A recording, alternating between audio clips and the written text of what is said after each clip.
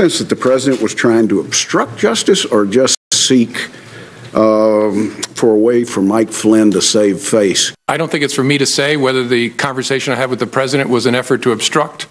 I took it as a very disturbing thing, very concerning, but that's a conclusion I'm sure the special counsel will work towards to try and understand what the intention was there and whether that's an offense. Well, yesterday we had former federal prosecutor Andrew McCarthy on the show, one of the clearest writers about legal matters anywhere, and he made some predictions about what happened today at the Comey hearings. One of them was that Comey wouldn't offer much evidence to support the president had committed obstruction of justice. So how did he do on that and the rest of his predictions? Andrew McCarthy joins us tonight. So did what you thought would happen?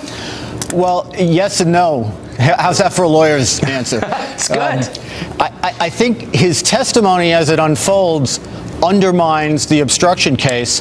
But what I found disturbing is kind of what looks to me like a post hoc attempt to construct an obstruction case that wasn't there in the first instance. So to be more clear about that, I think if you listen to his story, there's no proof beyond a reasonable doubt of corrupt behavior.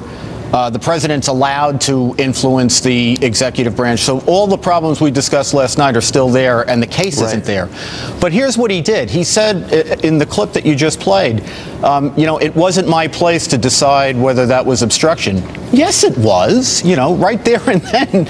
There's nobody in America that knows the law of obstruction of justice better than Jim Comey does. He's a top prosecutor and top cop in federal cop in America for the better part of his professional career.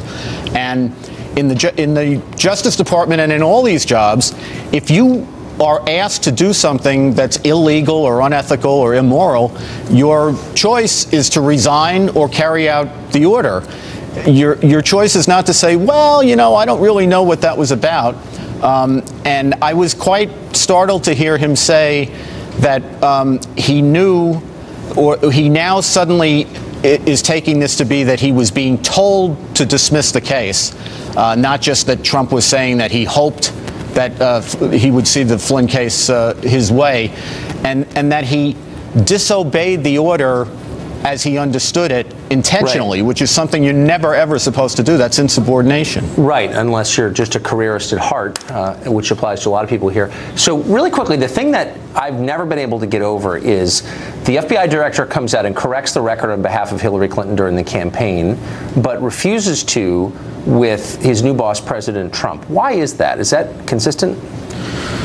Well, there are two different kinds of investigations. I think that it's not consistent, but the problem is, once you go down the road that he went down last July, where there's a rule that says basically if you're the government, you speak in court when you're ready to charge somebody. Right. Until then, you keep your mouth shut. And you don't talk about investigations or suspects. He's trying to reel that back after having done it. So in theory, every case he handles is inconsistent with the way he handled well, the Hillary Clinton case. That's a good point. Then maybe he shouldn't have corrected the record with Trump or with Hillary. Thanks a lot, Andrew McCarthy. Appreciate it. Good to see you. Thanks. President Trump.